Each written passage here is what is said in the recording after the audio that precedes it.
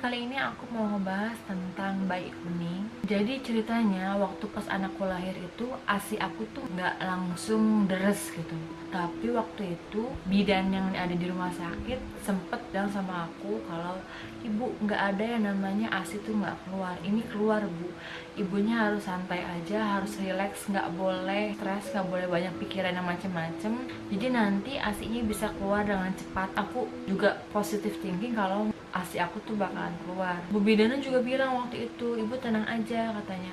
Kalau misalkan bayi baru lahir itu masih menyimpan cadangan makannya di dalam plasenta. Pas bidannya bilang kayak gitu, aku jadi ngerasa kayak oh yaudah deh, Bismillah aja, insya Allah anakku nggak kenapa-napa. Jadi aku bener-bener mau ngusahain ASI. Tapi ternyata pada hari kelima tiba-tiba aku ngeliat mata anak aku, terus gusinya itu pada kuning semua. Otomatis aku langsung kayak panik gitu kan. Untungnya pada saat itu aku masih berhubungan sama Bu Bidan. Pas aku kirimin fotonya, gak lama aku ditelepon sama bidan. Katanya bilirubinnya tinggi. Aku langsung kayak panik setengah mati. Dan kebetulan waktu itu aku tuh ditelepon sama bidannya itu tengah malam, jam setengah 1 apa jam 12-an gitu. Dan posisinya tuh suami aku juga masih kerja, belum pulang. Karena bilirubin anak aku ini tinggi, ya udah akhirnya malam itu juga, saat itu juga, di detik itu juga aku langsung ke rumah sakit yang dirujuk sama bidan. Di perjalanan aku ngehubungin suami aku buat datang ke rumah sakit, terus aku ceritain kronologisnya ke dia kayak gimana. Jadi waktu itu aku ditemenin sama ibu dan sama ayah aku. Gak lama ada perawat yang datang buat mengambil darah anak aku biar dilihat tuh berapa sih kadar bilirubin anak aku pada saat itu. Waktu anak aku diambil darah sama suster itu tuh ngerasa kayak sakit hati banget guys. Karena gimana sih, anak baru lahir dan pembuluh darah tuh memang belum banyak. Terus nyari venanya atau apalah gitu kan emang masih susah. Dan itu suster itu berkali-kali nyoba buat ngambil si darahnya dan emang masih sedikit banget. Bayang banget sakitnya hati aku tuh kayak gimana. Aku sama suami aku saat itu benar-benar deg-degan menunggu hasil dari dokter. Dan ternyata berita buruk yang aku dapat, kadar bilirubin anak aku itu sampai 15,7, yang normalnya itu adalah 12. Terus dokternya bilang, bu ini anaknya harus dirawat, harus di fototerapi. Dan saat itu juga guys, rasanya tuh kayak pikiran kacau. Rasa tuh pengen bawa pulang anak aku terus ngerawat di rumah, tapi kan nggak mungkin ya, karena kan aku juga pengen anakku tuh sembuh. Anak aku harus menjalani cek darah lagi segala macam, terutama cek covid. Disuntiknya tuh 2 kali guys. Yang pertama itu kalau nggak salah di tangan kanan atau di tangan kiri, aku lupa. Terus yang kedua kalinya pas mau dirawat tuh di tangan yang satunya lagi. Akhirnya anak aku dirawat di rumah sakit itu selama 2 hari 1 malam. Yang bikin sedihnya lagi itu pas tahu kalau anak aku harus di fototerapi, tapi akunya nggak bisa ikut nemenin anak aku di dalam. Jadi memang nggak boleh ada satu anggota keluarga pun yang nemenin. Pas aku mau pamitan sama anak aku itu kayak udah ngebikin drama Korea, sedih banget, kayak aduh bercucuran air mata. Terus sambil ngelus-ngelus dahinya, ditenangin juga sama perawatnya. Sampai perawatnya bilang gini, bu jangan nangis, kalau ibunya nangis nanti anaknya ikutan nangis, nanti yang ada anaknya juga malah jadi berat di sini buat ngejalanin fototerapi, nanti yang ada malah nangis terus.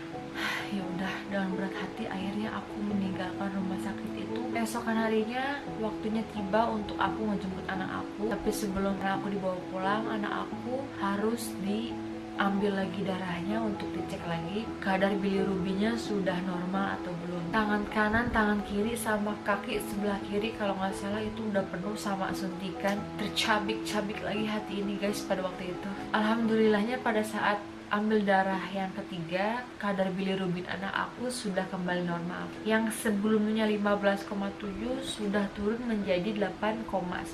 Seneng banget dong aku, akhirnya aku bisa pulang sama anak aku lagi, bisa bareng-bareng lagi, begadang bareng lagi sama anak aku. Seminggu kemudian aku harus kembali cek kadar bilirubin karena ternyata anak aku masih kuning tuh guys. Jadi waktu pas keluar dari rumah sakit pun walaupun kadar bilirubinnya sudah mulai berkurang, tapi masih kuning. Pas dicek untuk keempat kalinya diambil darah, ternyata kadar bilirubinnya naik lagi.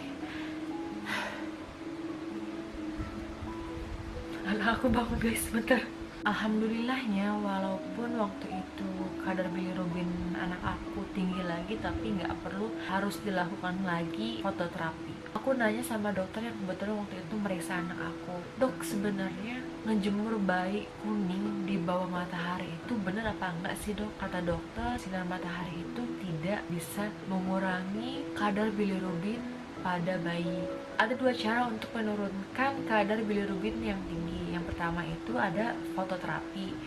Yang kedua itu ada exchange transfusion atau transfusi tukar, kayak pengeluaran darah bayi menggunakan kateter yang ditempatkan di pembuluh darah dan diganti dengan darah donor yang cocok. Jadi sebenarnya apa sih yang mempengaruhi dari bayi kuning? Ada beberapa faktor, ada infeksi virus atau bakteri, terus juga pendarahan internal, kerusakan hati atau sel darah merah bayi yang rusak, ketidakcocokan resus dan golongan darah antara ibu dan bayi.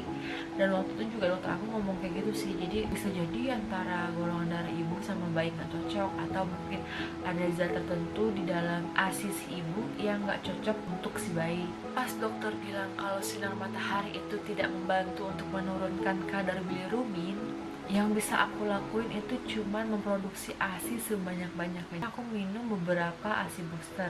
Aku sempat coba ASI Fit sama ASI More. Kalau ASI Fit ini di aku ya, kan kalau obat-obatan atau vitamin itu kan cocok-cocokan. Waktu aku minum ASI Fit, produksi ASI yang dihasilkan itu kayak harus dipacu sama makanan yang aku konsumsi. Jadi kayak kalau misalkan ASI aku mau banyak ya aku harus makan dulu. Terus pas aku coba ASI More, ternyata kayak aku tuh kayak nggak perlu makan terus-terusan gitu. ASI tuh terus bertambah banyak aja gitu, sampai ASI aku itu berapa kali bocor, bra aku basah.